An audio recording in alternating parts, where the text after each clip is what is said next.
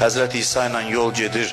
Həzrət İsa çıxırdı da adət idi də dənizin üstündə yol getmək. Onun üçün bir kimi bizim kimi asfaltda yol gedirik. Sahabəsi də gəlir dalıca deyir ki, dayanır. Deyir, nə oldu dayandın? Deyir, mən suyun üstündə adam gəzər.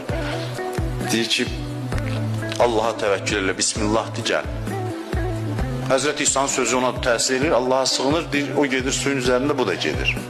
Gedə, bu mən var axı, bu lənətə gəlmiş mən. Rahat bıraxmır adamı. Öz-özünə deyir ki, bu İsa ruhullahdır, Peyğəmbərdir, o heç. Suyun üstü ilə gəzir, təbiidir. Gör mən kiməm, Gör mən kiməm, mən kiməm deyən kimi düşür suya.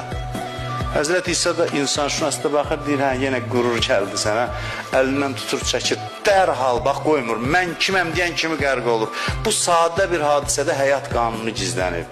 Haçan ürəyəcəm, mən gəldi, dinən, stop.